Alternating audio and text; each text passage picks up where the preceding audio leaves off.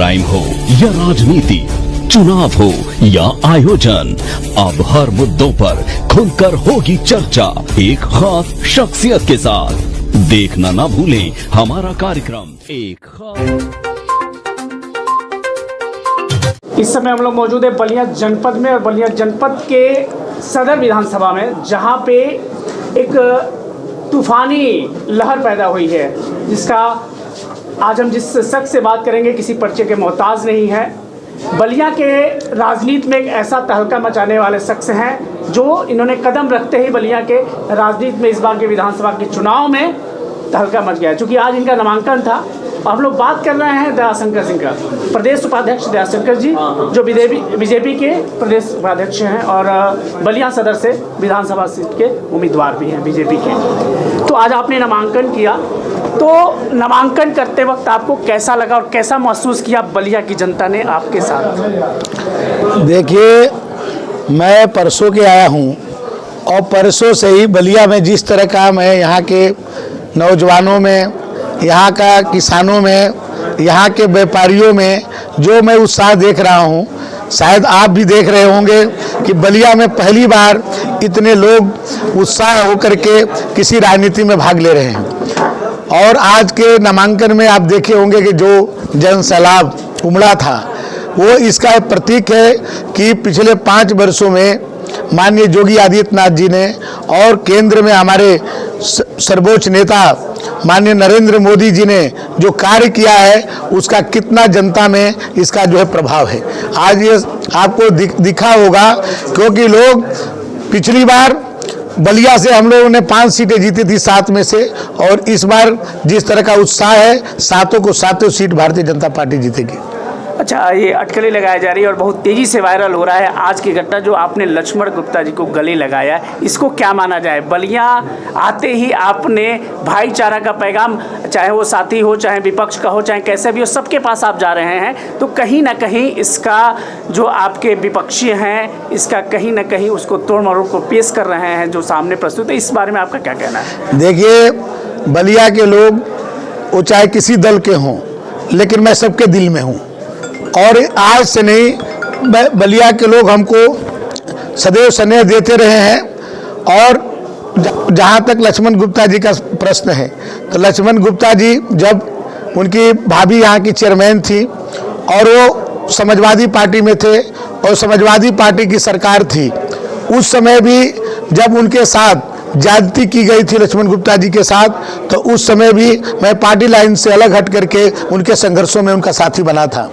और केवल साथी नहीं बना था कि वो लड़ाई इतनी लंबी चली, और लक्ष्मण गुप्ता जी ने उस लड़ाई को लड़ी, और जो वर्तमान प्रत्याशी हैं समाजवादी पार्टी को, यही अखिलेश यादव जी उस समय तत्कालिक मुख्यमंत्री थे, इनको बर्खास्त करने का काम किए थे, और वो लड़ाई लक्ष्मण गुप्ता जी लड़े थे और हम लोग उनके साथ थे। अच्छा, अभी बलिया में आते ही आपका पहला वाक्य था कि मैं बलिया को बम्बई बना दूंगा, और नारद राय जी का आज कहना है कि मैं बम्बई बनने नहीं दूंगा। तो आखिर ये बलिया बम्बई बनेगी कैसे, और मुख्य मुद्दा क्या होगा आपका चुनाव? देखिए, यही तो सवाल है कि ये बम्बई नहीं बनने देंगे। ये तो बलिया के नगर विकास मंत्री थे, तो एक बलिया के एक कटौर नाला साफ नहीं करा पाए।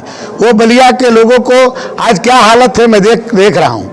मैं अभी गुजर रहा हूँ, आप चाहे मिट्टी मोहल्ले की तरफ से जाइए या चाहे आप कटौर नाला देखिए, नगर विकास मंत्री थे, इनको 5 साल का कार्यकाल मिला मंत्री के रूप में, इन्होंने बलिया के लिए क्या किया? और इसलिए उन्होंने कहा कि भाई यहाँ पर लोग आते हैं, पर्यटक बन के चले जाते हैं, वो किए क्या बलिया के लिए? तो मैं इसीलिए कहना चाहता हूँ कि मैं बलिया को बम्बे बनाऊंगा और उसी कटौर नाले को जुहू चौपाटी बना दूंगा, जहाँ पर लोग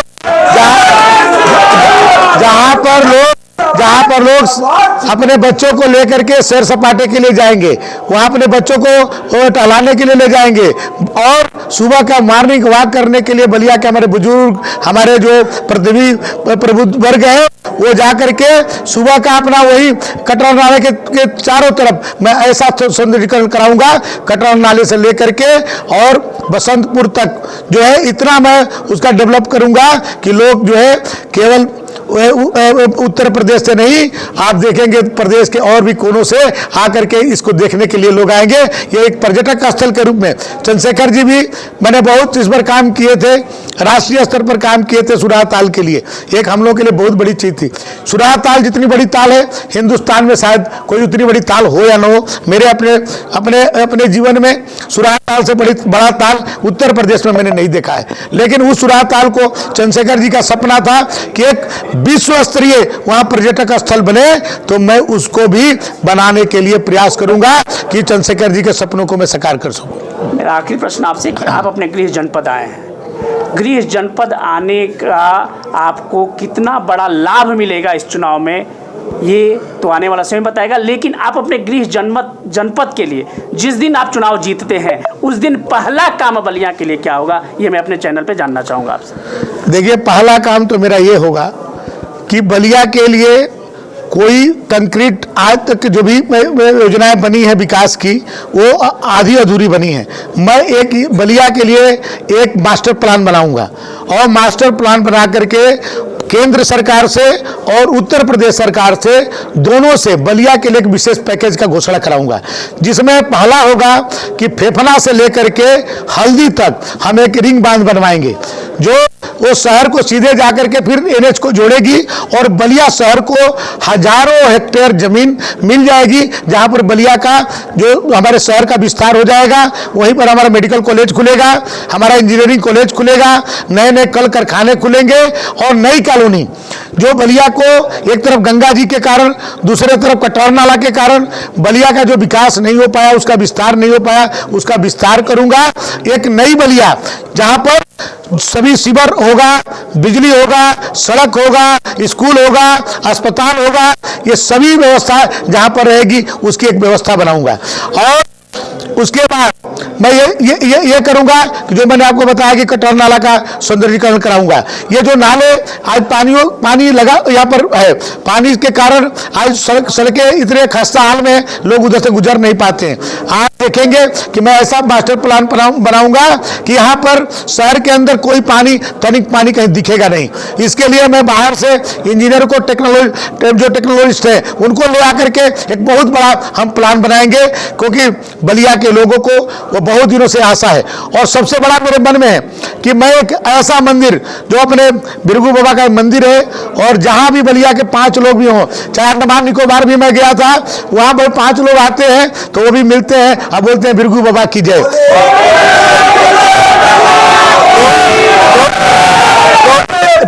तो बिरगू बाबा के कारण हम लोग के पूरे भारत में नहीं पूरे दुनिया में हम लोग की एक पहचान होती है। उस बिरगू बाबा की धरती पर बिरगू बाबा का ऐसा विशाल मंदिर बनवाऊंगा, ऐसा विशाल मंदिर बनवाऊंगा कि केवल देश से नहीं विदेशों से भी लोग आकर के उस मंदिर में दर्शन करने के लिए आएंगे।